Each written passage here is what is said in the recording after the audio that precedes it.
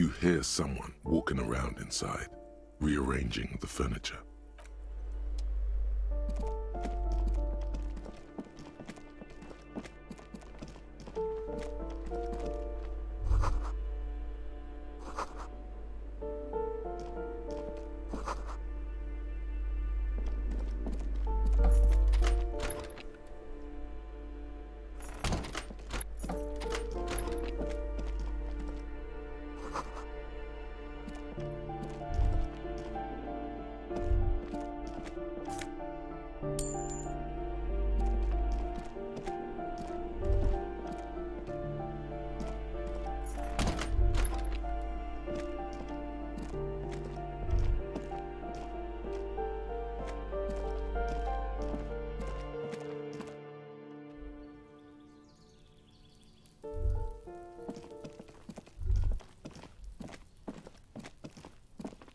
This door is made of metal and appears to be reinforced. Number 28.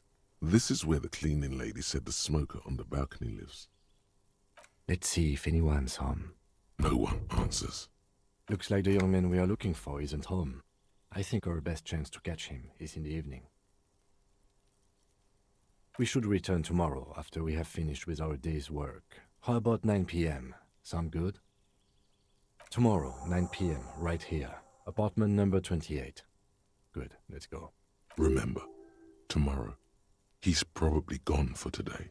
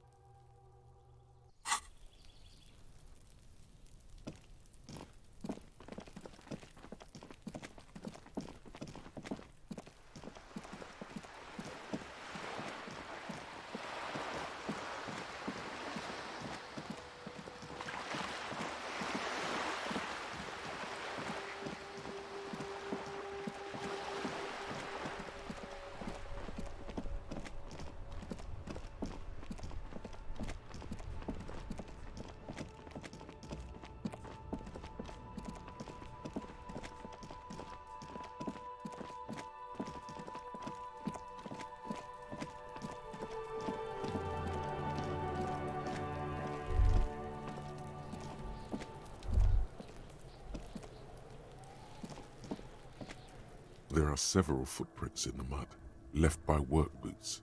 Anywhere from 6 to 12 pairs have walked here. Maybe more than 12. No, 8 pairs of boots have shuffled back and forth in the mud. 1. Standard work boot, steel reinforced toes, number 46. 2. Standard work boot, steel reinforced toes, number 44. 3. Hobnailed work boot, steel reinforced toes, number 43. 4. Standard work boot, number 45 or 46? You don't know. It's a miracle you can tell the prints apart as it is. The cold must have preserved them. 5. Another standard work boot, steel reinforced toes, number 44. 6. An aberration, light as air, even pace, same make of boot, but number 41. Impossible to tell. Could also have been an adolescent. The gait is undeveloped. You're not bad. It's as if the whole world darkens. Everything else has a thin film of unimportance on it, and the tracks burn in the middle of it, in a strange, beautiful way. 7. The glowing outline of a standard work boot, number 46, but the imprints are twice as deep as the others. The weight exceeds 200 kilograms. 8. And yet another standard work boot, number 44. There's an aberration in the pattern of the sole, however. The right sole is smoother, more worn. How many? I was pretty off then. I counted 20. I never got the hang of it. Hyperopia. Do you see anything out of the ordinary? 200? Could it be the combined weight of two people, one carrying the other who's tied up? Let's say a heavily built worker carrying a similarly built, soon-to-be-dead man. He might be right. 200 kilograms of living weight is unlikely. I can't see any prints fitting the armor boots the victim was wearing, can you? Someone had to carry him. Are any of the other prints deep enough? An obese person is becoming less likely. Possibly, yes. But why? Yes, they could have used a makeshift stretcher or just march him up to the gallows. Even easier to carry on a stretcher, or between two men. Anyway, it's for future consideration. What else can you see? A woman or a kid? Understood. Anything else? Interesting. Let's name it the Old Soul. Someone operating a workbench with a pedal? Like a joiner at the harbor. Or maybe a drummer? No, it's not. Forget I said it. We are not looking for a drummer. Perhaps it could be a driver. A driver would wear out the right shoe before the left. The accelerator is on the right. We should keep our eyes open around the traffic jam. See whether anyone strikes out as a potential suspect. Seems prudent, no?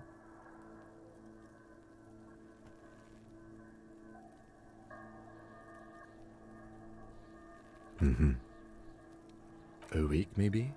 7 days would fit the time frame provided to us by the caller, who reported the hanging. It is not impossible. I pulled last week's forecast for coastal Havashol.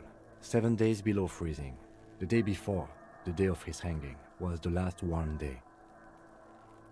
Correct again. Sub-zero temperatures would preserve the tracks in a good state. The commotion here could have taken place a week ago. What do I think? A mob of people brought something heavy to the tree. One of them was carrying the victim. They shuffled around, especially under the tree. Then, after hoisting him up, they stood in a semicircle facing his direction. At first glance, this appears to be a lynching. Indeed, they all stood in a row here and looked at the tree. Yes, everything fits so well. Carried him over, hoisted him up, watched him hang. This is easy. The lieutenant's eyes narrow. He's thinking to himself. Either way, what else?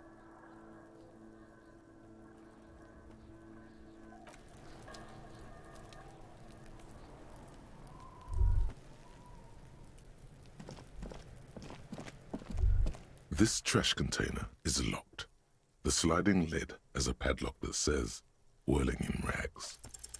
No matter how strong you think you are, this is really not something you should be attempting to do with your bare hands.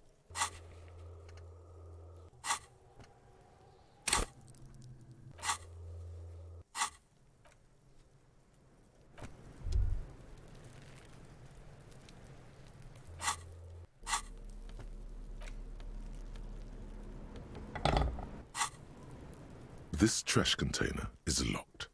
The sliding lid, you stick the pry bar into the fissure beneath the lid and push down. It doesn't take much force. With a satisfying crack, the metal gives way. You can open the lid now.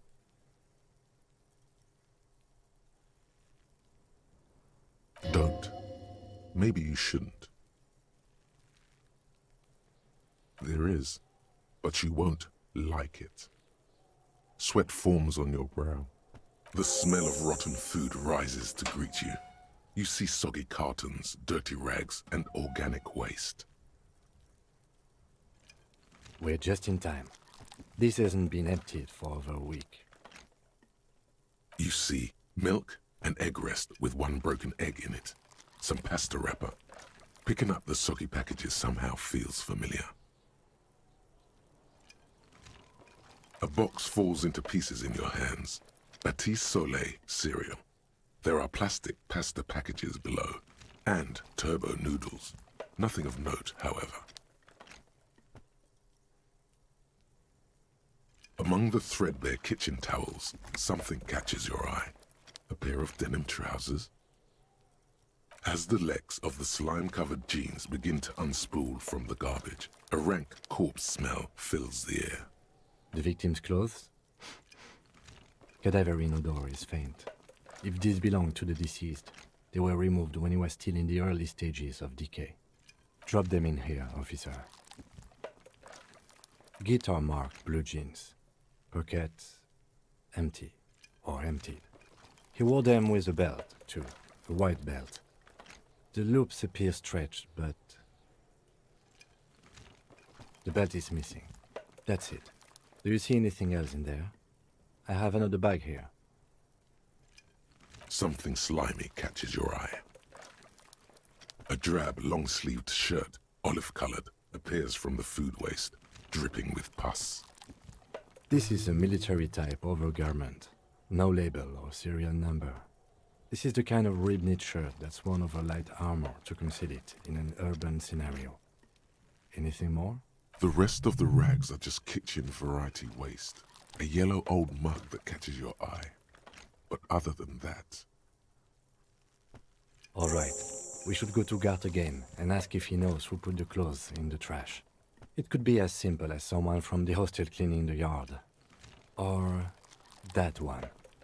I'd advise against confronting that force. Not really. All we know is the victim's clothes are in the trash. The lid was locked and his establishment had the key. It's just a small loose thread.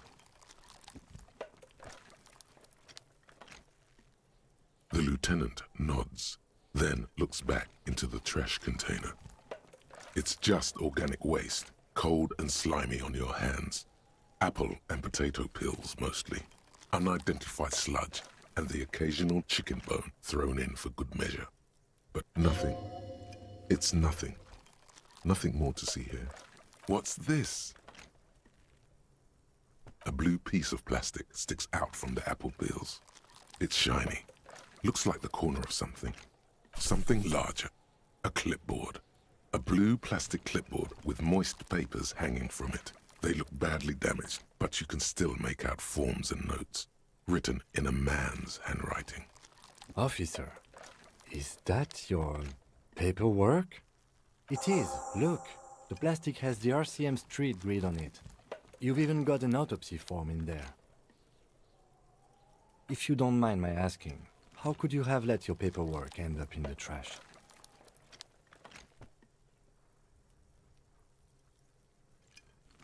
Well,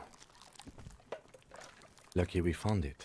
You should take stock of what remains, just to be sure some has not made it into the hands of the RCM's adversaries. Organized crime and the like. There might have been police secrets in your notes. It would also not hurt to start taking notes on the case. Now, tell me what your eagle eyes see. Or are we finished? Some items, such as the ledger you found, are interactable. Go to your inventory and select the Interact tab to read your paperwork. You pick out a broken mug with an oddly racist depiction of the yellow man frolicking in saffron, only in its social sensibility.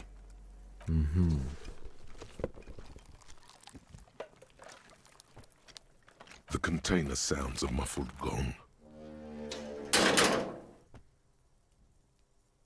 That's one thing off the list. I think we got it all.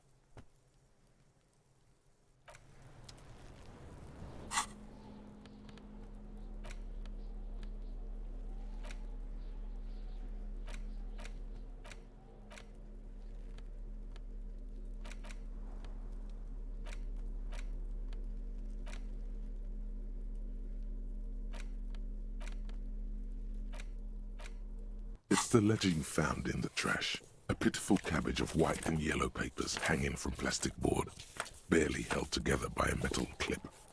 This sad display is made complete by the faint smell of urinal cleaner. There's a piece of toilet paper, or is it cleaning tissue?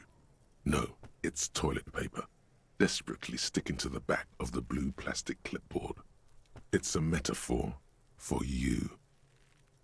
Thank you, waterlogged ledger, for spelling it out for us. Below the pathetics, terror. Do not look into its blue heart. It's just toilet paper sticking to the back of the plastic clipboard. You can take it off if you want. Still wet, the toilet paper peels off the plastic easily. All you have to do is shake it off with your finger and voila! The ledger now looks marginally better. An aluminium block runs the width of the board, biting down on the paperwork. Its crocodile teeth are the only thing keeping the papers together. A regular pencil, the tip worn down to nothing, has been attached to the clip.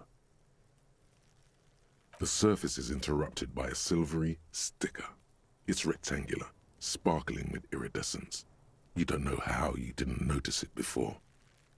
What? That thing. It's a halogen watermark. We use it for adding information to RCM property. It depends. Aside from an anti-counterfeiting stamp, mine has my station number and address. The information varies by date of issue. Maybe yours will have how many cases you've solved. How many years you've been on the force, he's thinking. It'll have that. Any capable light with the right wavelength will do. All RCM vehicles have headlights designed to reveal halogen watermarks. Mine too. This means you can read the watermarks if you just turn the lights on. Okay. While a bunch of sodden papers sag from the clipboard in your hand, it's a sorry sight. They're not exactly white. They're yellowed in patches by sunlight and alcohol and covered in dense blue handwriting. Ink escapes into watercolor patterns, reaching its tendrils across entire pages. The paper itself is checkered with faint red lines, forming short paragraphs. Once in a while, there's a red stamp that exclaims, "Case files commit to paper." The case files themselves are plenty. You count more than 100 sodden, crumpled up, earmarked pages falling apart in your hands. They appear to be sufficiently organized and extremely dense, if mostly illegible. Work, strife, poverty, the Jamrock Quarter. These are handwritten logs of investigations dating back to January 51, this year. The exact number is hard to estimate, due to missing pages and an odd naming convention. But there are at least 20, maybe 30 cases, undertaken, not completed, mind you. It's the middle of March. You have attempted 2 cases a week on average. Huh? 2 complex cases to undertake is a lot, yes. You really have to push yourself. I would not suggest it, lest you start making mistakes. 2? That's a lot. I didn't mean to say you are making mistakes, by the way. That was presumptuous of me. That's okay. We all do, sooner or later. Like a fan of gills, the checkered papers dry in your hand. The handwriting is extremely dense, if mostly illegible. Yes, it appears you employ a, shall we say, robust yet literary system. Each investigation has its case number written on the margins. Yet, still more tellingly, most are accompanied by a name. A title, one might say even. One that draws inspiration from Snoop fiction and Vespertine cop show staples. Yes, all caps. One is called The Next World Mural. Another, The Square Bullet Hole Murders. Another yet, The Unsolvable Case. Others appear more light-hearted. The guys on a couch in an unexpected location, and the murder at the Ukar parlor. Even the rare article-free collapsing tenement. Murder features prominently throughout. It's going to take an effort to piece these case files together, but it can be done. Once you're done inspecting them up close. You mean the alphanumeric? Officer, precinct, time of arrival at the scene? Oh, you mean the titular? Yes, well, so do I. In our defense, almost everyone in the RCM does. It's a holdover from the early days of the RCM, right after the revolution, when the organization had little idea how to do things. It persists in an unofficial capacity. Officers use these titles to refer to their work among themselves. Again, in your defense, I seem to have named one the man with the hole in his head. That was a real person. His death was real. Still, I named it that, to amuse myself. I pray his loved ones never find out. Rail spiked through the head. He died. It was a workplace accident. There is, for precisely one more. 15 pages near the end remain untouched by the damage. The checkered grid forms a structure of passages, breaking the case into subtasks to accomplish. Once all the tasks are accomplished, the case is complete. The tasks you've completed flow out of the kind green ape pen in a brash freehand similar to the rest of the letters. The wording comes easily. It's almost robotically simple, a language developed for mental rigor and simplicity. Inspect the victim's body. Get the body down. Interview the cafeteria manager. It's not exactly poetry, but poetry would be out of place. A satisfying slash sounds across the paper. You're done, it seems to say. And you, and you. Things to be done and things already done. The composition of reality. This is an extremely useful tool for a detective of the citizens' militia. Now all that remains is to name the case. No, actually. Any ideas?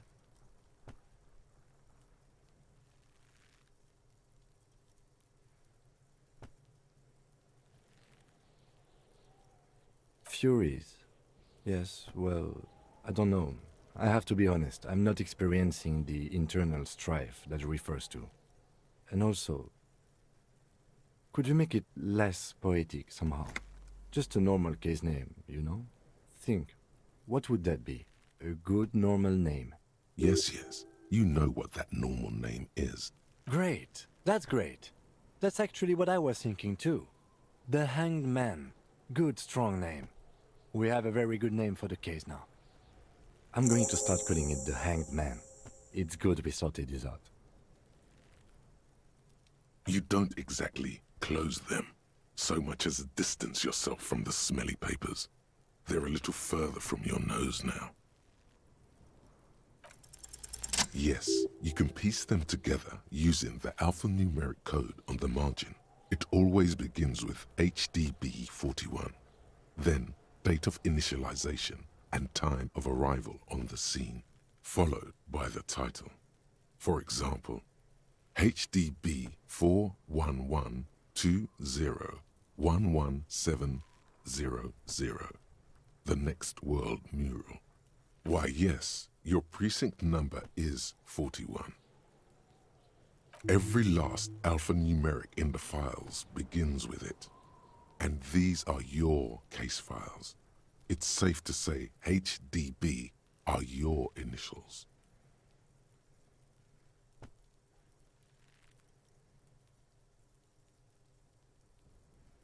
I got nothing here either. Logic really isn't the best faculty to have this conversation with, but it's the one you got. So sorry. Yeah, we're staying out of this business for now. HDB is bad news from yesteryear. It's shit, honcho.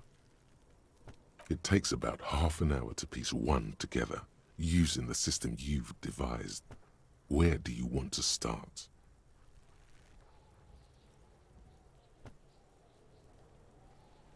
This one is relatively easy to reconstruct.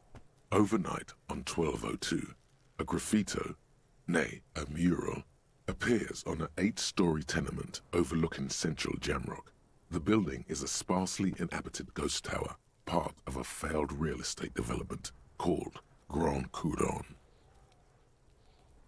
Cause of failure, rent too high. The mural is enormous.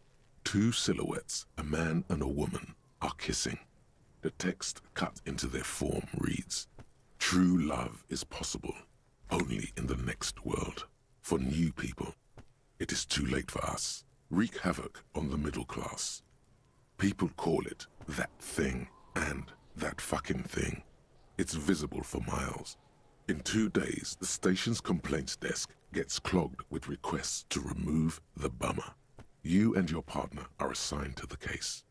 The graffito crew is easy to track down. Only the bell lectures have the literage of industrial paint to cover the surface. One of the graffito artists is rumored to be rich. They take responsibility for the execution, but not the design. The ideologue of the next world mural, as the crew calls it, remains an unknown. The case files do not show you finding the author of the design. The crew agrees to clean up after themselves. However, your partner, JV, is against the removal, citing public support for conservation. This leads to a debate in Precinct 41, which then spreads to the streets of Jamrock, ending in a rare plebiscite organized by you and the rest of Row 3. The 9,000 people subjected to the mural's message, all of Lakeside, Central Jamrock, and Villalobos, plus half of the eminent domain, participate in the vote. Although the case begins with what appears to be a lot of rambling on the streets as to how juvenile and stupid the mural is, given a choice between two options. A staggering 78% of voters choose to keep it. Turns out the opposition were a loud minority, and that love truly is possible in the next world for new people, and it is too late for us.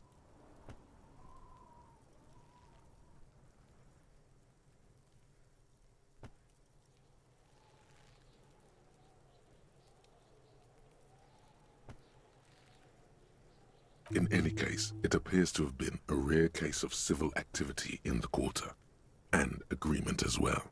What do you want to tackle next? Not much has changed in the meanwhile.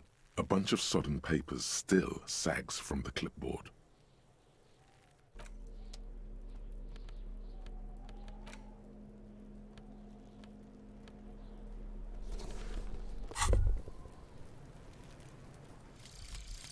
Lonesome, long way home. Here we go. Home awaits. Walk past Station 41 and through the market, past the Boogie Street spearhead to the other side of the lake, the frozen eye at the center of the district. Then past the video rental store on the corner. There, at the end of a street lined with pine trees, a small house no larger than a matchbox. 11 Voyager Road. You no longer live there. Those times are gone. And so are those people. Why did you come here? Why are you still here? And where's the dealer? You have to get back to work. That's all you have now.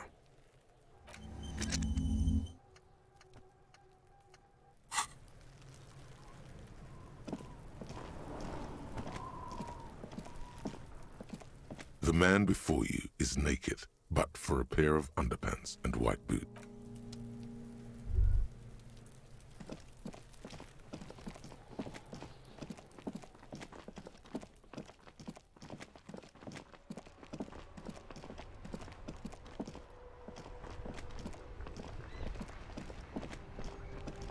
Inside, you see a set of steering levers, a radio microphone, a pull-out toolbox, and the soft... All right. Ready? I turn, you press start. It's next to the preheater. The dashboard lights up with orange glow. The rounds per minute gauge jumps, and the engine of the Caprice Canadian comes to life with a whiny growl. The lights unfold with a little click, casting electrical light onto the ground before the vehicle. There you go. I'll turn them off from the remote once you're done. We just need to stand in front of the machine now.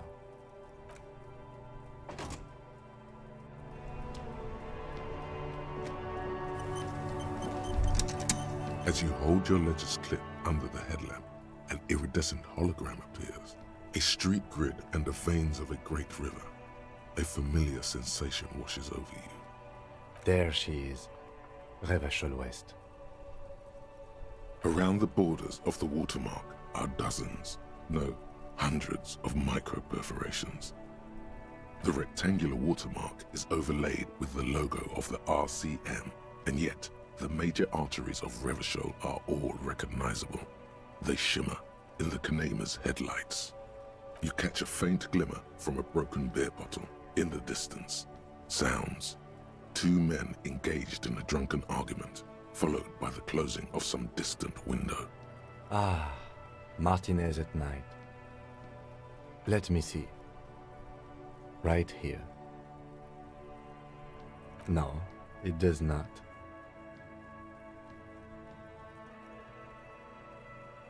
There are many of them, and they are divided into 3 separate rows. The first row has 18 dots. Not bad for what? You don't even know what it means yet. The next is the longest. It runs all the way around the border, and then some. There are so many, it's hard to count. More than 150, at least. Maybe even 200. The last row has 3 perforations. That's it.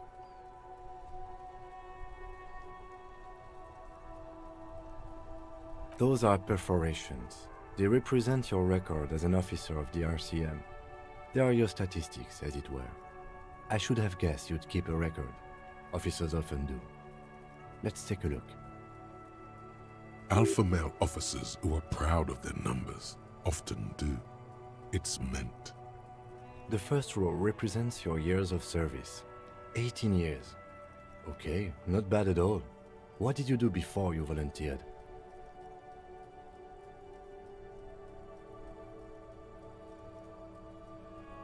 Fair point. Let's move on, shall we? This next row, the one that wraps all the way around, is your number of closed cases. Closed is good. It means finished. You've got, let's see. Wow, more than 200. It's quite a lot, even for someone who's been on the force for nearly 2 decades. Usually, clearing more than 10 cases a year puts you in the 90th percentile of all RCM officers.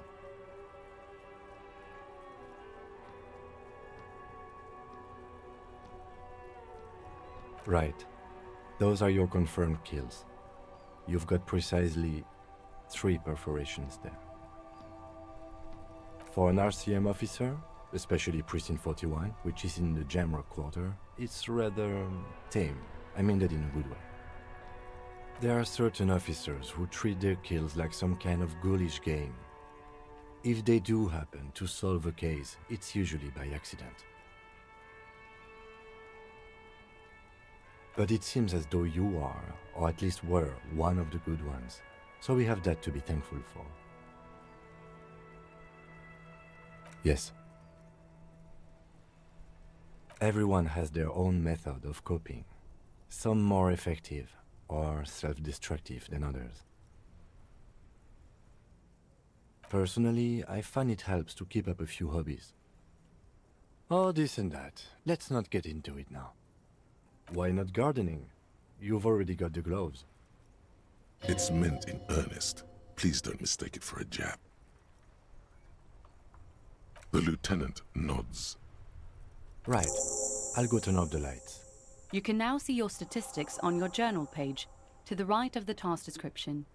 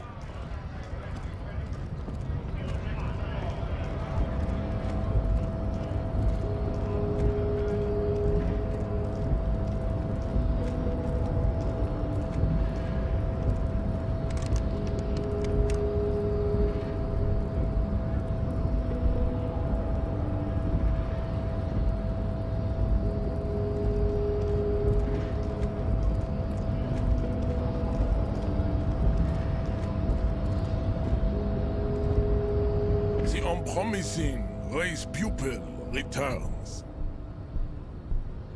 He does not so much as glance at the object. Stop showing me your pathetic cup. I have no interest in it. He had nothing to do with it.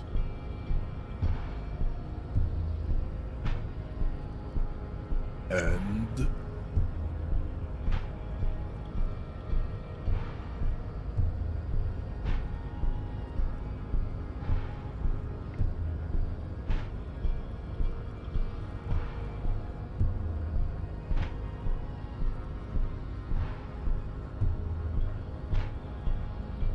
Fascinating.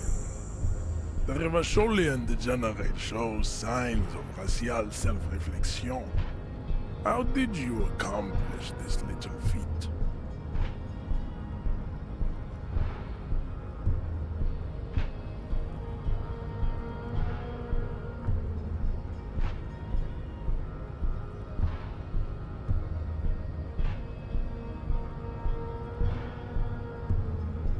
So it would seem, Thrall of Rule. I find myself at a crossroads. On one hand, this pathetic self-therapy has little to do with the great mystery of living organisms, the race enigma. And, of course, you will not be able to free yourself from the yoke of rule. It is too late. It may be lethal to stop at this point, but still. If the Revacholian degenerate is capable of critical thought, he may still prove a race adversary. Why should I help my adversary?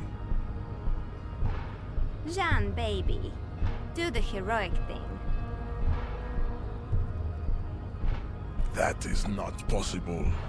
The game of Shahmat you play against the rules tricks is unwinnable. The days, the weeks, the months will wear you out. The Occidental Haplogroup is incapable of long-term lucid thoughts. You will not. You cannot withstand the wasteland of realite. It's super hard, Jean. My mom couldn't do it either. Very well. You may enter once. Our conversation here has concluded. Well done. Let's go.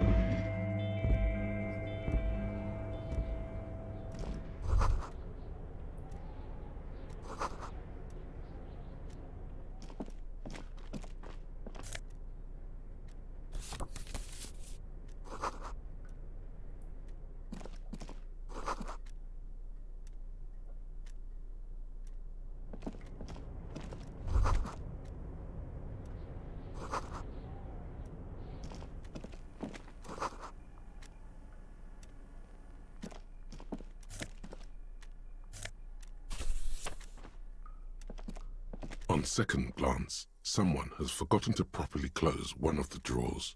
It's unfortunate for the Union to just leave their paperwork lying around like this.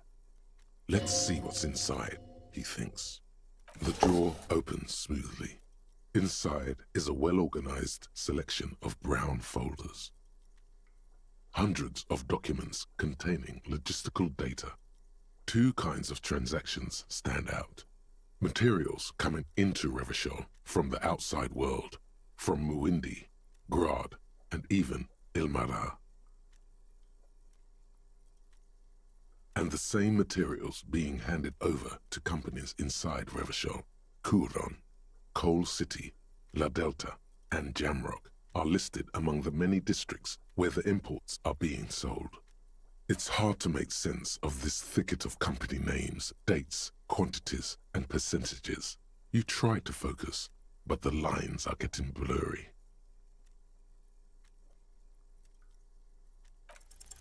Whatever's hidden here is hidden well. Concentration isn't enough. Only a trained accountant with a background in logistics would be able to really make sense of it. However, there is a little handwritten note stuck on the side of the drawer.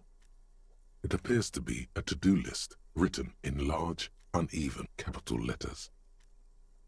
Remember, Leo, Everart's shoes, special whirling borscht, water Everart's plants, sweep office floor, more banners. All items on the list have been crossed out and the note itself is crumpled. Everard Clare, probably, the head of the Debarders Union. One of his aides must have left it. Nothing incriminating here. The special borscht seems a bit odd in the list.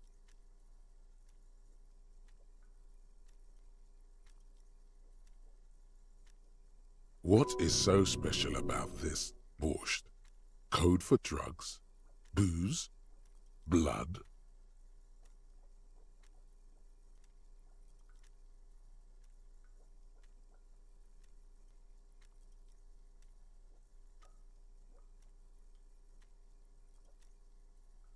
Remember, Leo, Everart's shoes. All items on the list have been crossed out and the note itself is crumpled. The drawer slides shut smoothly.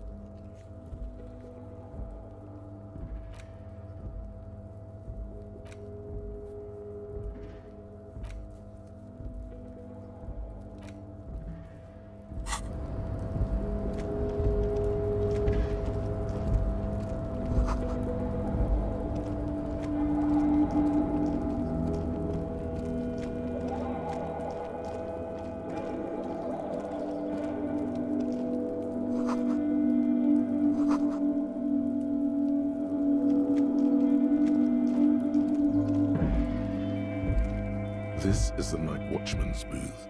The name on the door reads, René Arnaud. Listen, it's okay to take a few minutes to yourself. Sit down and have a breather. The chair is not as austere as the rest of the booth. A thin grey pillow is attached to the seat, secured to the stiles by black ribbons. Stale air floods through your nostrils. Not a single mote of dust floats inside your lungs, though. The inside of the booth is immaculate. The drawers are empty, save for old timesheets and receipts. One small box, however, does hold some cheap painkillers. They are slightly out of date. Oh boy, where to start? Elevated risk of dementia, mini strokes, prophet's disease, sudden death, hair death, erectile malfunction, critical flatulence, watery blood, black mucus, uncontrollable weeping, increased sensitivity to La Opera, inoperable joint disorder, total spinal collapse, Maybe this was a bad idea. You stand and exit the booth. If you must. But please hurry. Nothing incriminating catches your eye. The cabinets are clean and their sparse contents meticulously organized. There's a framed photograph on the table.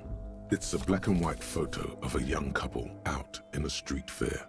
The man, René, is dressed in a Royal Carabinier uniform. The girl is young and very pretty. She is smiling playfully at the camera. Why did you take that picture of René?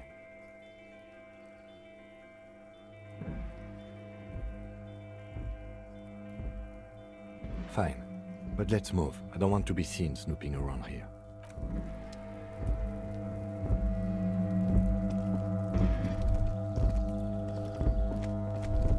All those empty wine bottles and cigarette butts on the ground. Someone partied really, really hard here. Well, they went through 6 bottles of potent Pilsner, 3 bottles of Commodore Red, and almost 4 packs of cigarettes. It must have been pretty hard. Well, yes, I think we can say with relative confidence that it was you.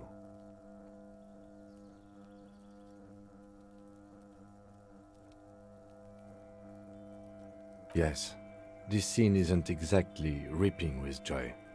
Let's just move on.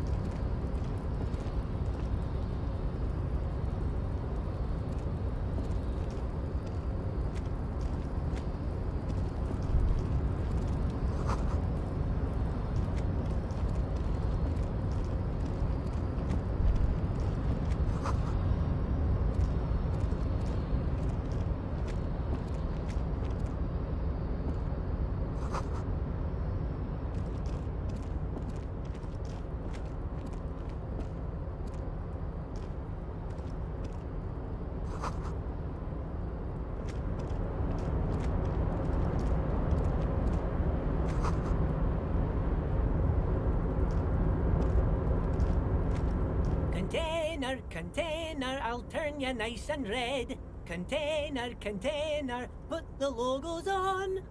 The lyrics to this Container song are being made up as he goes along. The accent is so thick, it's impossible not to notice he's Ubi, from the vanishing peninsula of Ubisund on Muindi.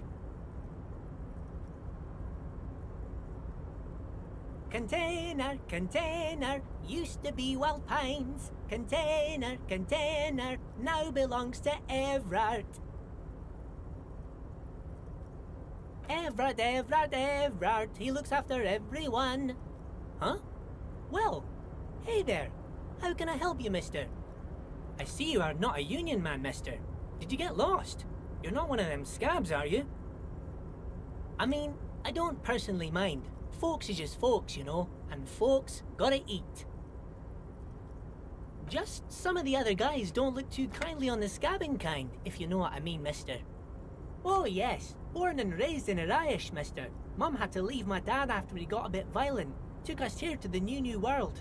I was about 10 then, too old to lose my accent then.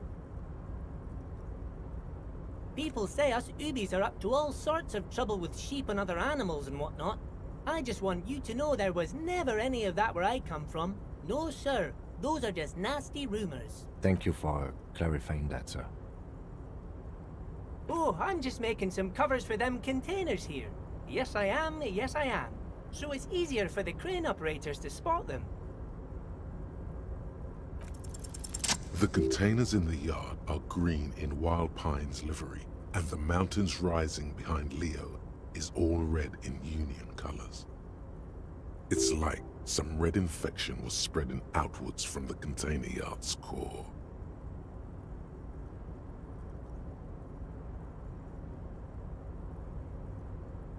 Yes, they are hiding it from the inside. All the red containers have the Debarders Union logo on them. No, not really. Mr. Everett doesn't tell me all the big things. Says I go and tell them to everyone. Oh, no trouble at all, mister. No trouble at all. Oh, most of the guys are down at the gates, keeping the scabs from coming in. We're on a strike. The whole union is. You don't have to work when you're on strike. Ha! We haven't worked for 2 months now. So no one is working? Not everyone is down there, of course. Mr. Everard is in his office, where he always is. And Jean-Luc is guarding the gate. But Titus and his boys got into some drunken trouble and Everard sent them on a nice vacation. For a week or so. Oh, I'm not really supposed to talk about that. That's union business. Him and his boys stirred up something in town. Probably drank too much and got into a fight or something. I heard Mr. Everett telling them to take some time off. I guess the boys got a bit too rowdy and had to let out some steam. I don't really know the details. That's just how boys are, you know. I haven't been in a fight since I was in middle school. Easy, Leo. Let's keep this on the hearties. Look at him. It's not going to be anything useful anyway. Don't fight it. Better to go with the flow. I remember I was the runt of the class. The bigger boys always used to pick on me. You see, I had a bit of a temper back in the day. Flew off the handle like nobody's business. But Mr. Everett and his brother always came to help. Once they beat old Noel Becker so bad he needed stitches on his head. Noel never started another fight with anyone after this. Mr. Everett and Mr. Edgar are real nice guys, mister. You should go talk to Mr. Everett. I'm sure you'll be good friends. He's friends with everyone around here. Yes. Everybody needs a job, and this is mine. I'm Leonard, by the way. Leonard Bellick. But everyone calls me Leo. I'm like Mr. Everett's right-hand man when Mr. Edgar is out of town. And Mr. Edgar's right-hand man when Mr. Everett is away. Actually, Miss Beaufort is the right-hand man, but she's a lady. Who is this, Miss Beaufort? A real pretty lady with a skin like those Douai Sucre candy bars my missus likes so much. Them are real nice to suckle on once the dinner is done and me and the missus sit down beside the radio. But I can't listen to the radio all the time. There's so much to do around here and I'm always busy keeping things running here. Yes I am, yes I am.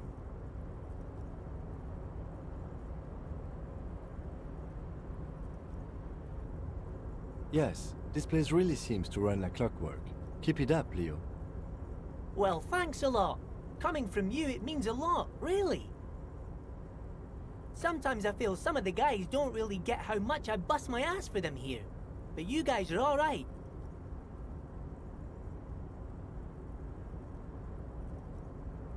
Oh, that one. That should be empty as far as I know. Lots of containers here have nothing in them. They're just waiting to be loaded up. Oh, yes. I leave all kinds of notes for myself. That old head of mine ain't so good at keeping things in no more. I almost forgot about the borscht. Oh yes, I've been taking special whirling borscht to the men every day since the strike started. It's very, very good. Makes a man feel so warm and happy. I feel like I could take on Mr. Renadan's boar dogs every time the lunch is done. Power borscht, huh? Never heard of a borscht that turns little guys into dogfighters. Alcohol, however.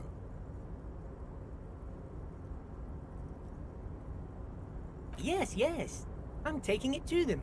The borscht keeps them happy and in fighting spirits. Makes you all warm inside. They brew it in the whirling in rags. Oh, the whirling's cook. He makes it. Them is always talking with Mr. Manana in that weird language and laughing together. He doesn't speak what we speak. He's from Grad.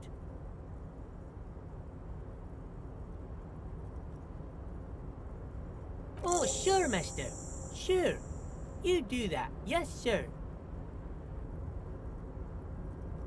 Oh, you want Mr. Everard then? He's an awfully nice fellow, he is. Him and his brother are both nice fellows. They've lived their entire lives in this here neighborhood. Guys like Mr. Everard and Mr. Edgar, his brother, are real good guys. Made Martinez what it is today. Mr. Everard and Mr. Edgar and I went to the same school, we did, when we were boys. Oh, Mr. Everard is usually in his office, of course. But you gotta be quick if you want to see him. He leaves around 10 p.m. Bye-bye now.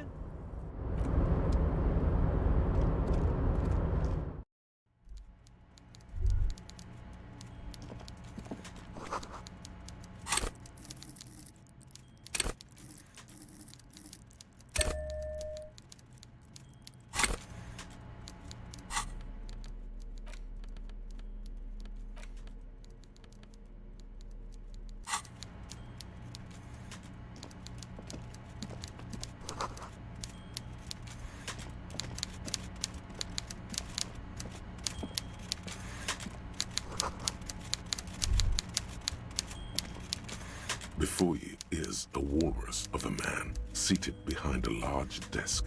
He looks up from his work, not the least bit surprised to see you. With great effort, he straightens himself up in his chair, yet says nothing. He simply stares at you. Welcome, Mr. Dubois, Mr. Kitsuragi. It's good of you two to stop by. Please, have a seat. I'm Everard Clare, head of the Debarders Union here in Martinez. I'd offer you my hand, but unfortunately my health prevents me from getting up. You understand? He looks extremely comfortable. The tiny folding chair, on the other hand, looks like a torture device. You go ahead, detective.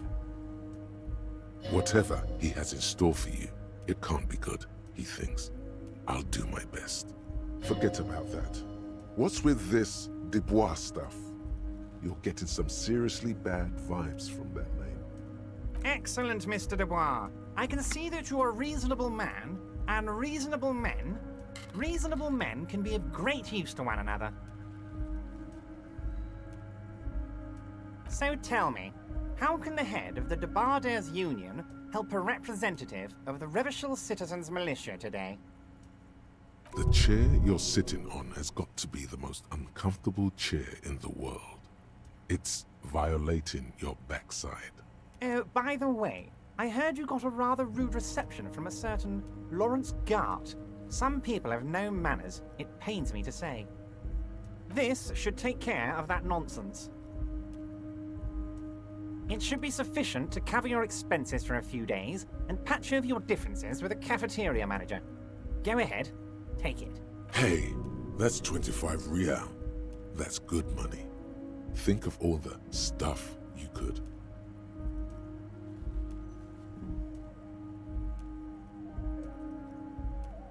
Yes, I know Lawrence. He's a real character. No union man in him. A real piece of work, that boy is. With a grin, he points to the checker game. It's like you're on a game show. At least don't thank him for it. Okay, okay. I respect a man with principles.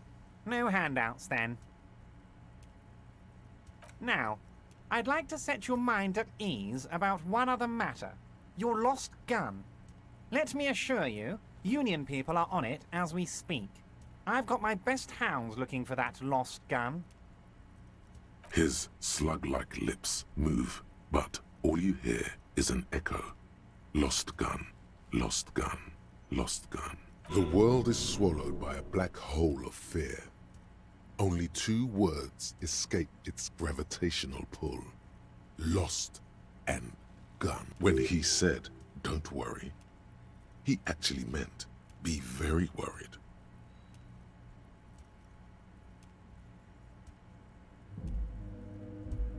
Are you all right, Harry?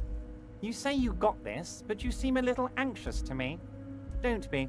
Everything's going to be all right. It's not like you left it loaded. You didn't lose a loaded gun. Local children aren't out there playing with it right now, pointing it into their own mouths. It's in a safe place. I just know it. I have a feeling everything's going to be all right. Officer, we will deal with this later. We don't need Mr. Clare's help with this. I wouldn't be so sure about that. Who does this guy think you are? Ronnie the Rookie? You ain't worried about no lost gun, or unpaid bill, or forgotten name. You're the bad cop. You're probably more corrupt than him.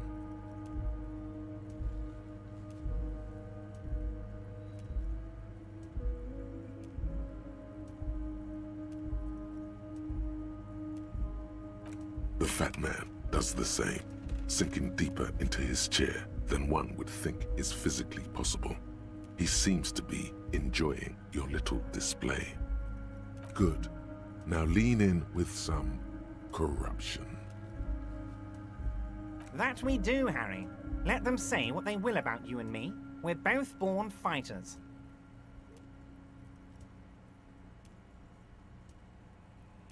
Why, thank you. It's always nice when a fellow professional appreciates your work. That's it. Now kick back and add a final flourish for dignity.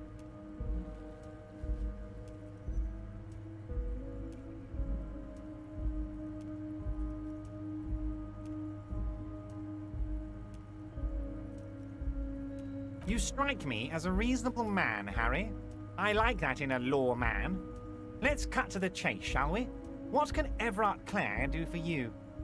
I think we'd like to ask you a few questions. Don't you think so, Detective? Whatever you do, don't ask him about the gun first. You don't want him thinking you're scared.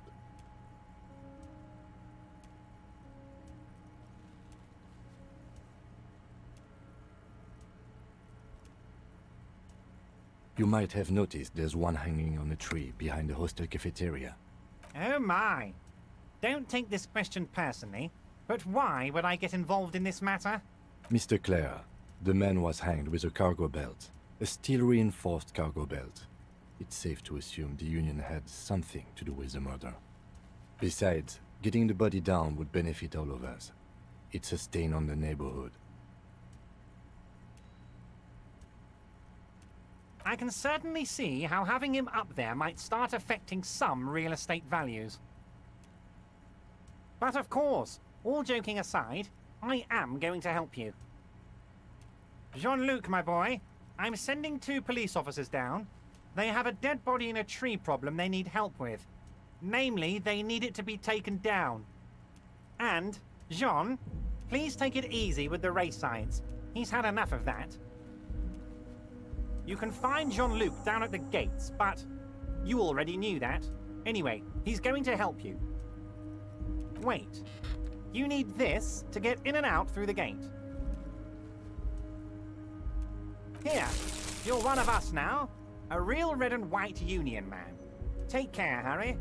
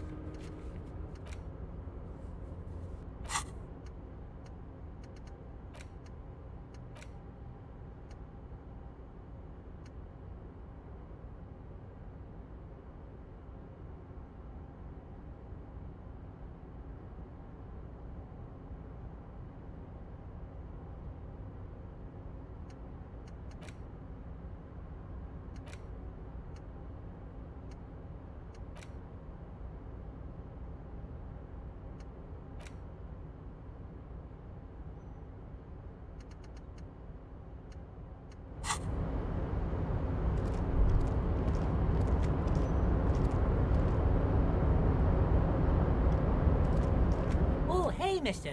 I knew you'd be back to talk with old Leo here. Yes, I did. Yes, I did. It's like Lady Larice said when she opened a bathhouse in the basement of my apartment building. They can only get so far before they're aching to get back. And sure, mister, absolutely. I'm always willing to...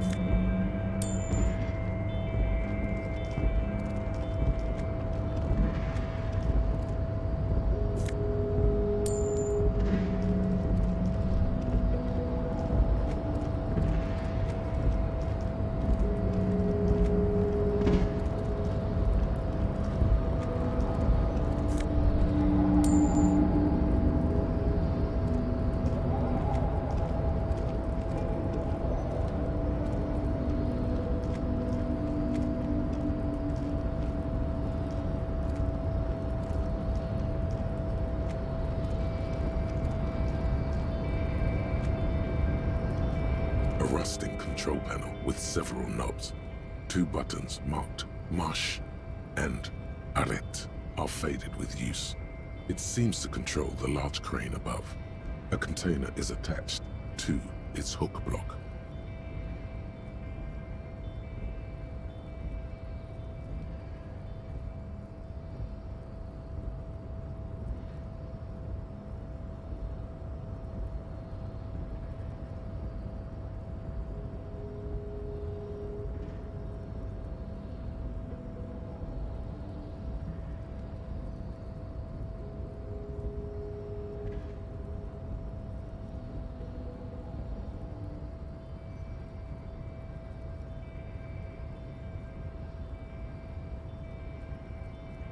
Marsh. On. Arrête. Off. With a loud grind, the crane shifts overhead, moving a massive metal container through the air.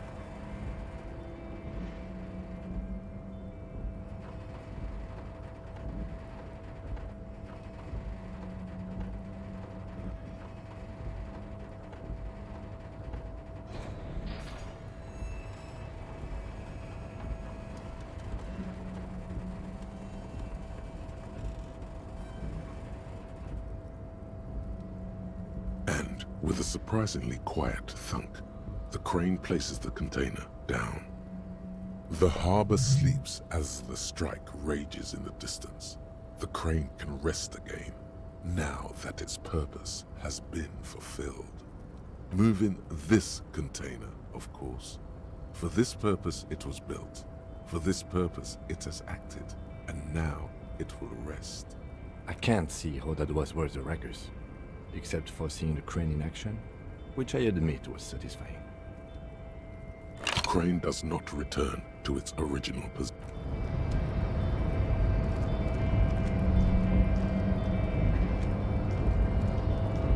Before you stands a cargo container, just one of many in the yard. Is this like your thing with that wall again? You do? Because I don't. There are a million containers here. Why are you fixating on this one? It's a cargo container, Detective. We are not here to interact with containers. We are here to talk to the Union, right? No reply. You attempt to turn the handle. To your left, the lieutenant considers your actions with some puzzlement. Why are you even trying to open a door with rhetoric? Because what wasn't an option? Now is not the time to get philosophical.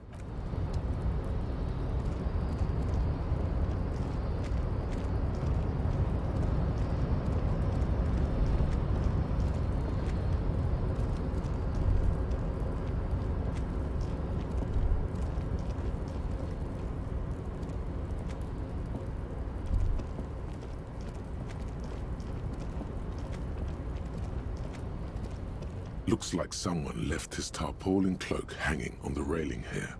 The white rectangle of the Revachol Citizens Militia is clearly visible on its back. This is your cloak. You can feel it. Yes, it does bear the RCM insignia, and we are the only detectives in Martinez. The service cloak issued to you by your station? Yes, I do. As your fingers touch the tarpaulin, it almost feels like the cloak wants to deliver a message of comfort through your fingertips. I will shield you from the elements and give my life for yours. That's what the cloak is relaying.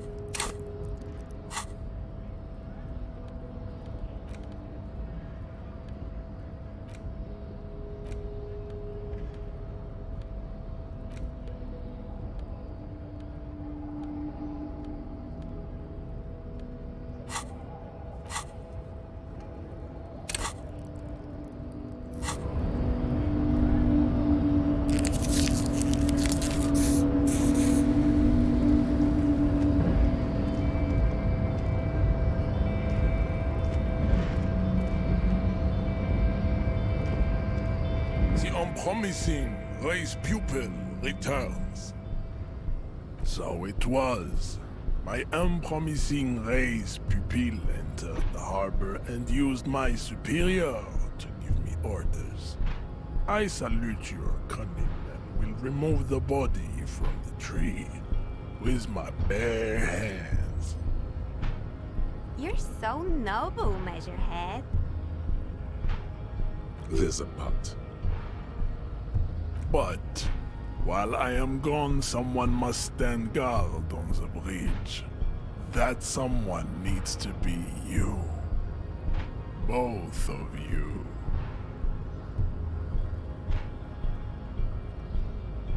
This is the uncomfortable result of not taking it on ourselves. Listen to your little friend. He is wise in his childlike way. His mysterious race may yet prove fierce competition to my heroic haplogroup.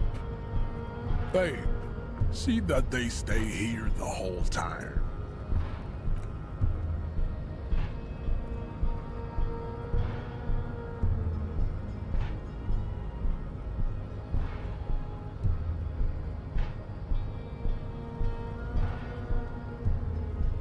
The woman's gaze follows Measurehead as he leaves. So, you guys are like cops or something? Have you ever thought that maybe things should go to shit? I'm Katya, by the way. You hear that? That sound. He's breaking something. Yeah, Jean-Luc must be really tearing it up over there. I wish I could see it. Don't worry. Physical stuff like this is really easy for Measurehead. Mental stuff, too. He's really spiritual, you know. It's late outside, isn't it? You guys must really like doing what you do to be out so late.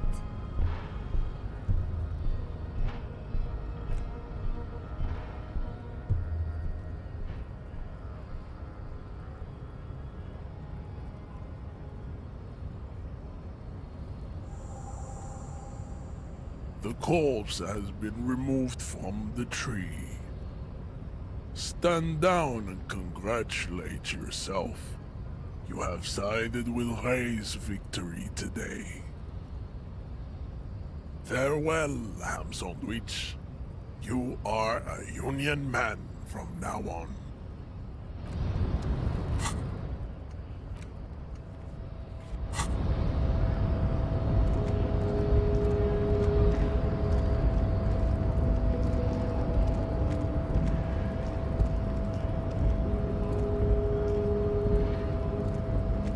We should think about calling it a day, maybe. The nights are still miserably cold this time of year. You should take care of that, then. Let's talk to him anyway. An officer of the RCM shouldn't be sleeping in the street. We'll figure something out.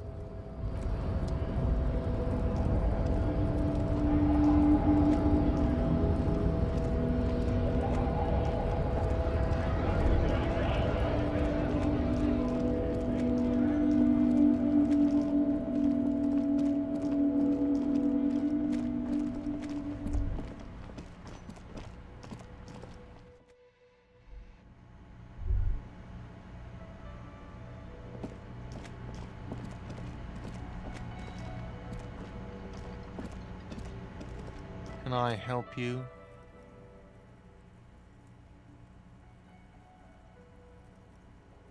Yes, have you got it? Does that arrangement include you paying me what we already agreed you owe me? I understand your predicament as the manager. However, I feel I must remind you that we are here to conduct an important investigation that also affects your business. Forgive me for saying this, but your colleague seems more committed to drinking, and I mean no offense. It's really nothing personal. I just have to protect the interests of this establishment. Good luck trying to use it. All the locks have an electronic component. They have to be unlocked down here with a master key before your guest key will open the lock. Not until you bring me the money. Okay, I might have something in my motor carriage we can use when you're done here. I really didn't want to resort to this. The man is thinking. Oh, Lieutenant, we're done here. How strange. I certainly didn't put them there.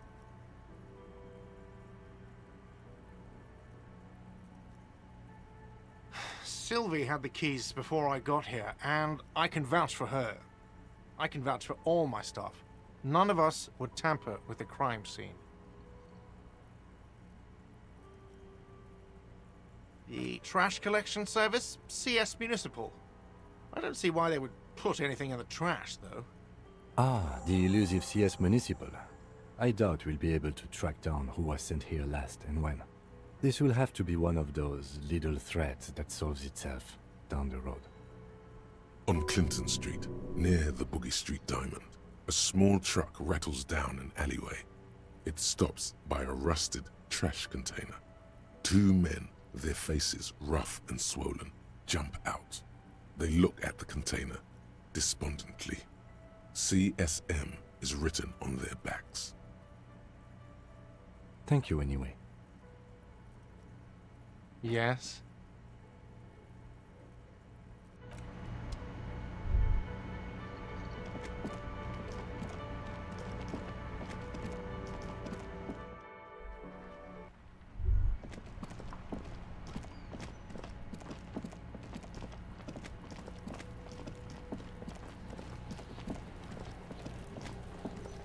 The corpse lies on the ground among the remains of an absolutely demolished pinewood branch.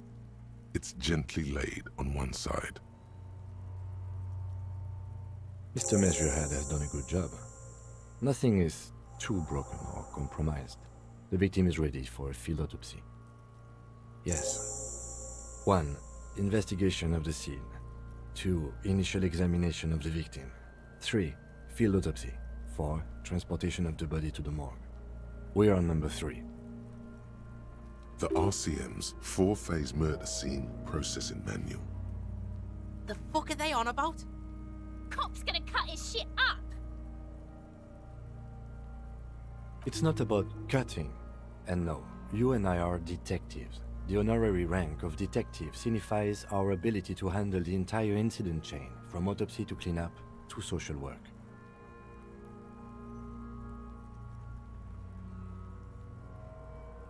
An honor and a burden attached to your rank once you've proven yourself able, usually after 5 to 8 years of field work. Mine is Lieutenant Detective. You are. Your station would not have assigned you on this case if you weren't. Now, the way I see it, it's either this, or we complete the initial interviews. We already met Everard, but we didn't quite get his interview done. For that, we would have to ask him about the lynching. Similarly, we met Joyce, but did not ask her about the lynching either. Or we could call it a day. It's incredibly late. Good call.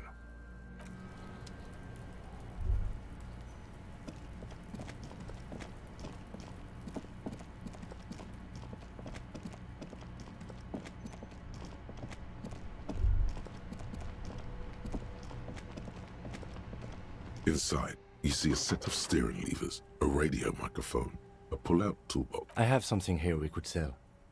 Look in the back, in the suspect transport enclosure. The cage at the back of the motor carriage looks rather uncomfortable. 4 shiny hubcaps are stacked against the seat. Their silver edges sparkle in the dark. I confiscated this for a little while back. We can take them to the pawn shop down by the Martinez Canal.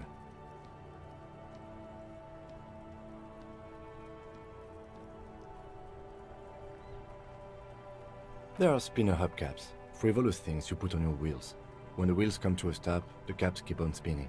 There's no real use for them, it's just for vanity. The lieutenant nods as you take the spinners.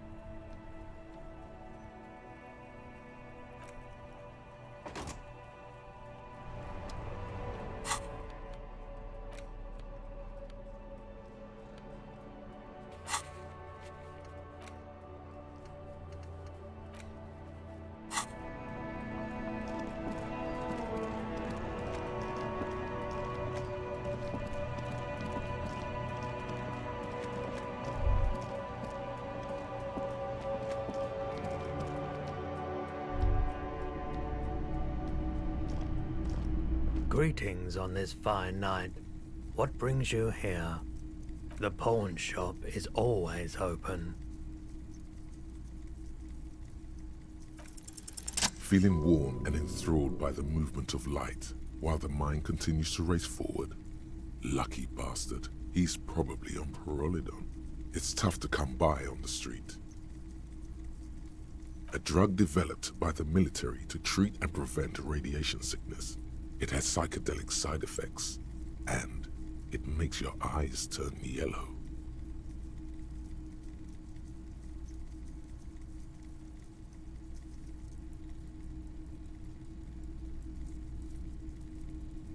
How would I know?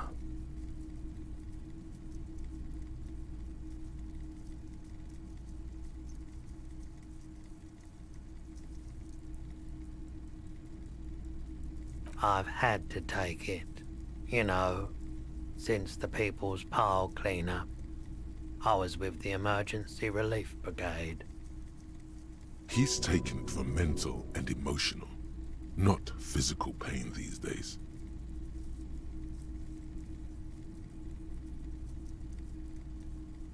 There's a reason why everyone's tried to forget any of it ever happened, and why no one has tried to repair or replace the pile. So much disappointment and early deaths. Cancer mostly. And we knew all that was coming even as we were cleaning up as best we could. No one's. Everyone's. So much bitterness. A bunch of poor people built themselves a primitive nuclear reactor, hoping for the best. What do you think is going to happen? The cleanup happened 15 years ago. I was young then. Later, my second aunt died. Left me this shack and all the assorted junk in it. So I came to Martinez. People told me don't go there. It's a shithole. I said, people, we just had a nuclear pile meltdown. I'm gonna get as far away from Forburg as I can. Still in the same city, but... We were an all-volunteer force. Self-organized. Tried to help the fire brigades contain the spill. I lived by the river since I was a small boy. The Esperance. Didn't have the art to let it all go to shit without trying to do something to help out. There wasn't much the volunteer force could do, however. We wasted years in the river mud. Years getting sick. A bad idea. Some poor leftist built a particle decay generator in hopes of bringing affordable electricity to underserved communities. It malfunctioned. Radioactive waste everywhere. Probably some of it in you too. I like the theory more than the story. Outward movement, not vortices. Yeah, you gotta get in on those vortices, my man. Yes, we'd like to sell these hubcaps. Roy takes the hubcaps from the lieutenant and inspects them. The spinners appear iridescent in the dancing light of his pawn shop. Yes, these are very, very good. Did you defraud some foreign prince for them? Jump-a-mesque banger? No matter. I'll give you 200 real. No one was defrauded or jumped, I assure you. Of course. I meant no offense. 200 real for you, officer. Delightful doing business with you. Do come again. Thank you. Here's the 130 real you need for your bill. Do not waste it. The rest is for him, to compensate for the pain of being separated from his radiant spinners. Anything else you're thinking of selling?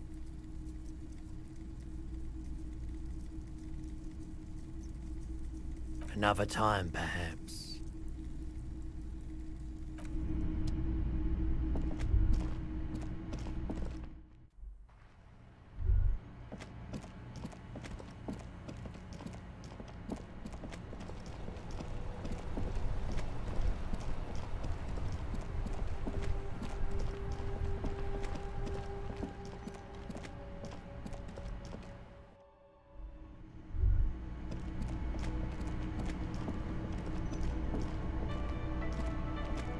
Can I help you? Yes, have you got it? Well?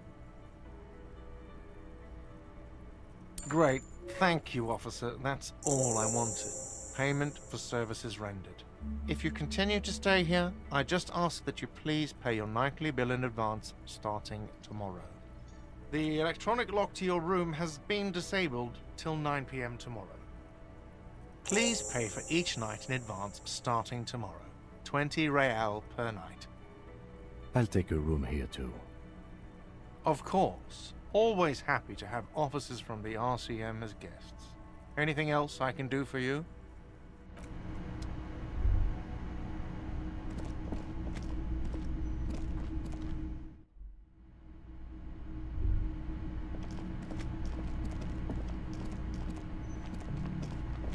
You should pick that fat, juicy cigarette butt from the... The door is closed.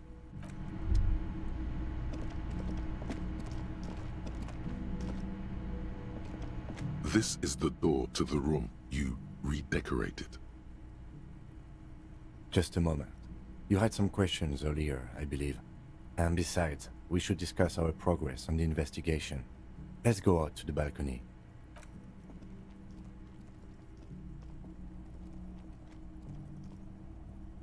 The air outside is brisk. The lieutenant is silent for a moment. He listens to the traffic hum. Then, Where shall we begin? We should talk about the investigation, first and foremost. But I also remember you wanting to discuss the RCM? Well, we inspected the victim's body, so that's good. It was not easily approachable in that state, but we did it. I would say our initial inspection was very thorough, and we have solid leads to follow up on. Then you shot him in the chest, which wasn't ideal, but we did manage to get him down from the tree. So as they say, all's well that ends well. by not ideal, he means he can't believe he let you try that trick and would be angry if he didn't feel the outcome was partly his responsibility.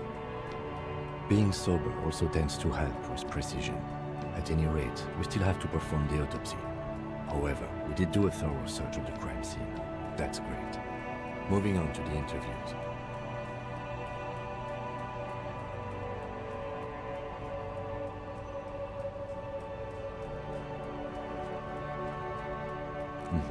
Including Evrard Claire, a daunting adversary, if there ever was one.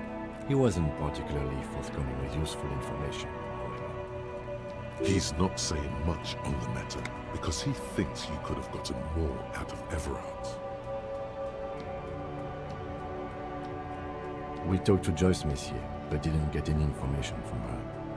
I have a feeling Joyce knows how dangerous the situation really is. We have to get her to talk to us.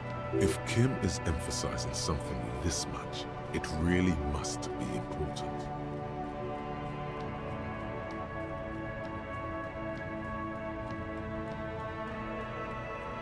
Above all, though, today was exhausting. What's with all the running? You run a lot. Is that a standard Precinct 41 practice? I have a really good theory about why you're running so fast, son. Just you wait until you get up tomorrow.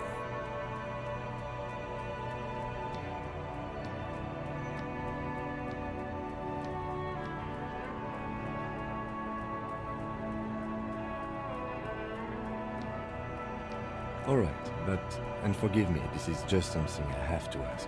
If you have shoes, then why aren't you wearing them? Suit yourself. But you should probably consider wearing them anyway. They're quite limited, actually. The power officers of the Revachol Citizens Militia exercise most frequently is imposing fines of up to 1,000 real for offenses, in accordance with an interdepartmental schedule. Yes, although indirectly, as citizens can always request records from their local station. Officers of the RCM have been known to take bribes of less than the prescribed fine amount. It undermines trust in the RCM. The RCM's primary role is to ensure safety. We are not really supposed to play any part in the economic structure of Revachol. We can arrest people, of course, but rather than bringing someone in directly, it's preferable to serve a station closely. It prevents confusion and overcrowding. You can't. Those who don't show up become fugitives, though, and have fewer legal rights when they are eventually caught. It's about power projection. Thus far, they seem to mostly show up. As you may have gathered from the fact that we are expected to carry a record of our kills, like the one in your watermarks, we are permitted to use whatever force is necessary, and strongly admonished not to abuse that power. The coalition government, and the moral intern more broadly. The RCM was formed by the coalition government to restore order in the international zone after the revolution. So we did. Now we attempt to maintain that order. No more, no less. Or perhaps it is better to say we were allowed to form. It's a point of contention whether the citizens of Revachol or the coalition government founded the RCM.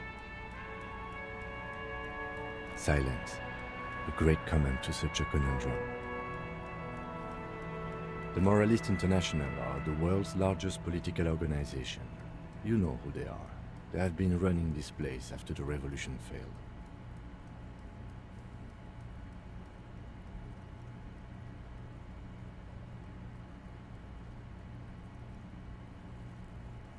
Okay.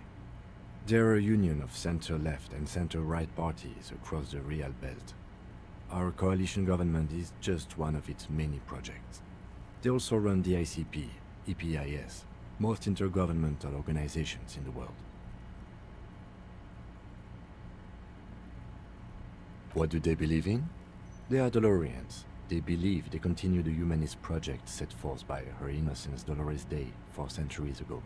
Others say they are just technocrats. Those others say they continue the humanist project set forth by Dolores Day. A historic figure? The author of the modern age? You will have to look elsewhere for opinions. The subject of humanism is too abstract for me. Interesting question. It's a blue forget-me-not. Their motto is love, compassion, self-discipline. I think you can gauge what they want you to think of them from that. Something kind and usual. Something almost self-explanatory. Something ominous. Something even a little feminine, but in a strict manner. The moral intern are a fact.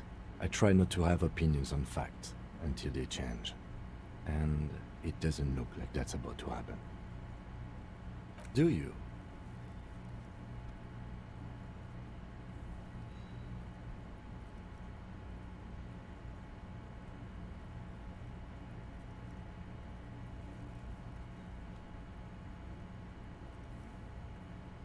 We are in what is called the twilight of international law. The laws we claim to enforce come from the MI. Without them, we are simply vigilantes.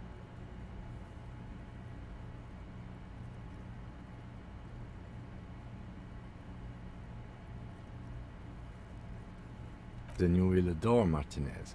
For many of these people, the Union especially, vigilantes is precisely what we are.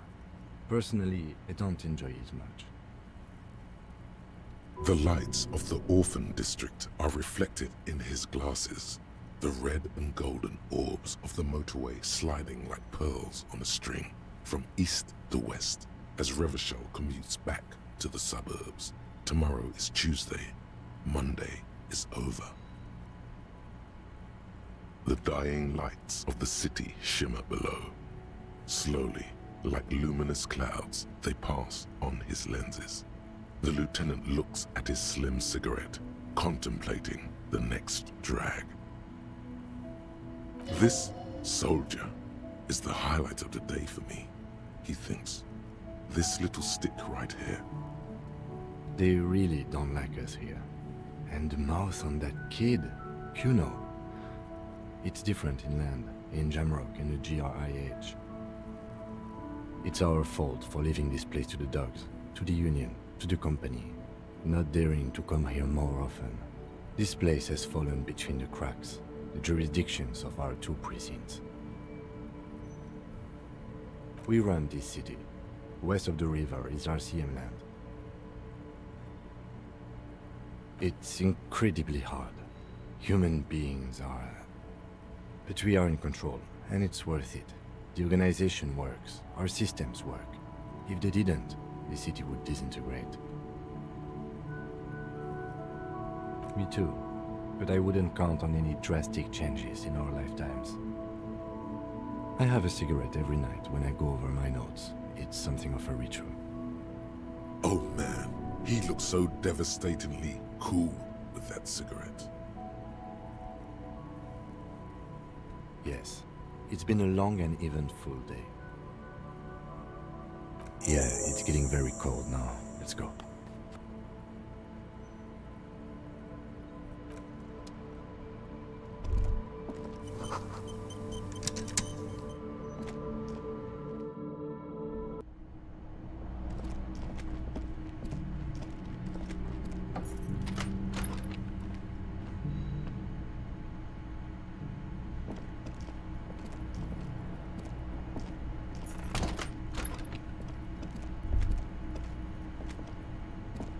window stands broken in its frame. Cold wind blows in. The shards face outward. Whatever broke this window came from the inside. A fine web of scarring covers the back of your right hand, but none of it is recent. More likely a projectile than a held object. There are no fragments on the floor from pulling a tool back in after impact.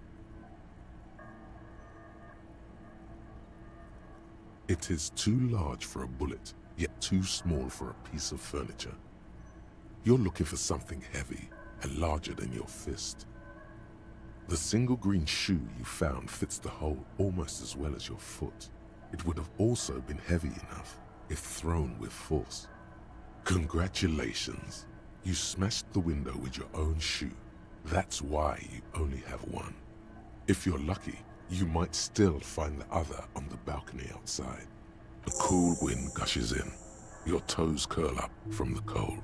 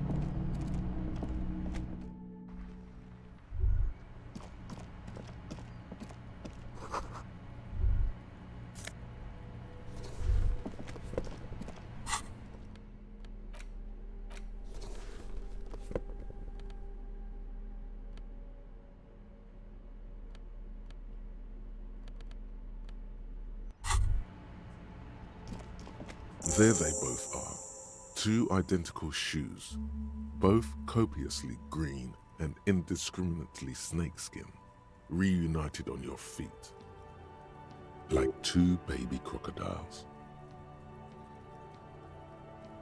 It's pretty clear a normal cop is not what you are. Good, they're balanced, comfy. Feels like the only good thing about you right now, truth be told.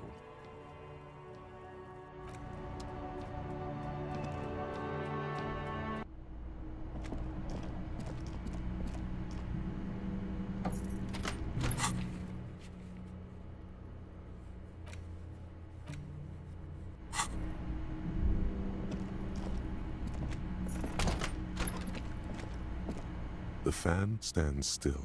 The lights are on. The lights are off again.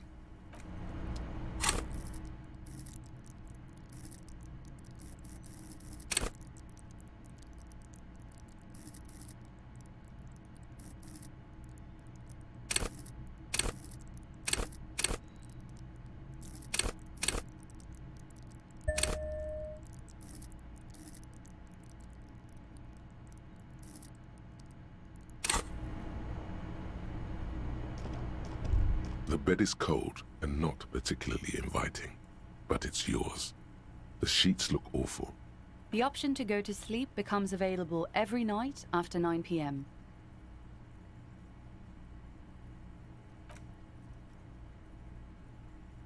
The sheets feel at once coarse and clammy against your skin.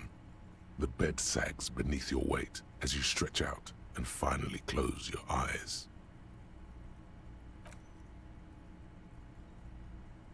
And then sleep. And then sleep doesn't come.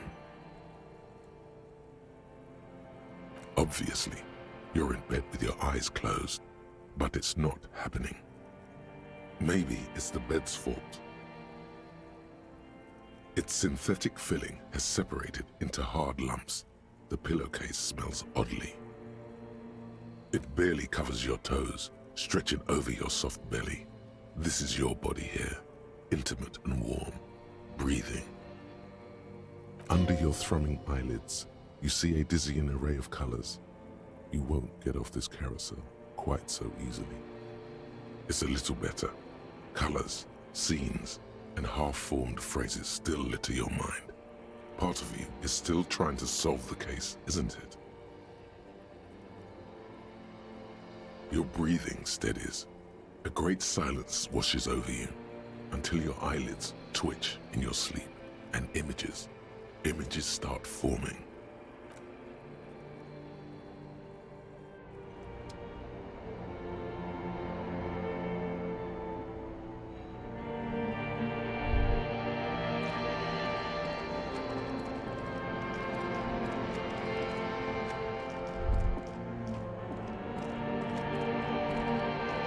Do you remember the scent of your childhood?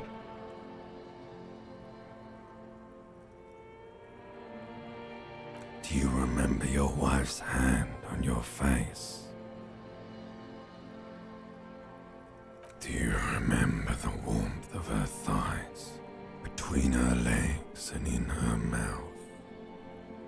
Oh no, Funky baby, you stayed. It was the rest of it that left. Or you just stood there, with one hand on the bottle and the other on your dick, watching it go. Tell me, where are your friends? Human beings have friends, Harry boy.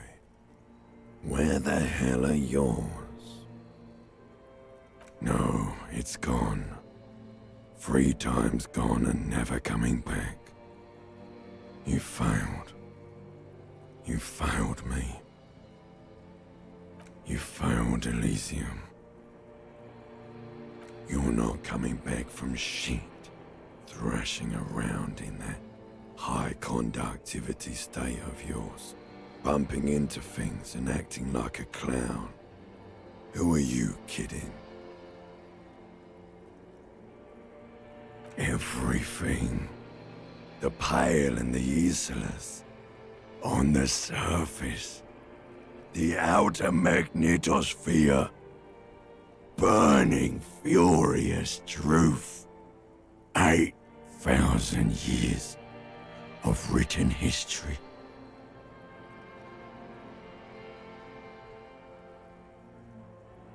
You really dropped the ball, Harry. 4.6 billion people. And you failed every single one of them. You really fucked up. You're trying to what? I can't hear you. This is just a word dream now. Jumbled up garbage. The pictures are gone. The bed rises to meet you. A thin, sleep-like state. More glass than velvet, grinding in your head. So something is wrong. Sleep shouldn't be this bad, this dry, this unnourishing. There's something wrong with your thoughts. Some kind of new type of hangover. Oh yes, party boy, and it's worse than the one before. Just think of the shit you saw. Here it comes too, so soon already. A silent alarm goes off in your head like clockwork, barely let you sleep at all. Time to get those clothes on, Harry. Time to go to work in the shit factory.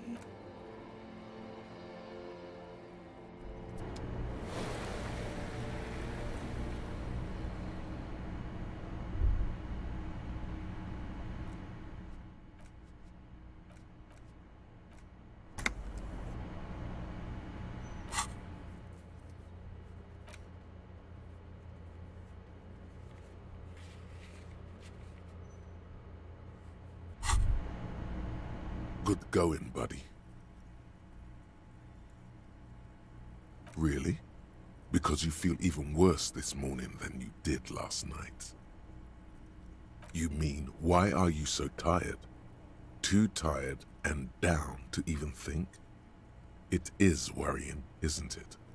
You can't be a detective like this. Detectives need to be able to think. That's not really true. Your heart has finally pumped all the speed out of your system, Buster. Time to get some more. You're too weak to say no now. Waking up is the worst part. Maybe somewhere down the line you could decline.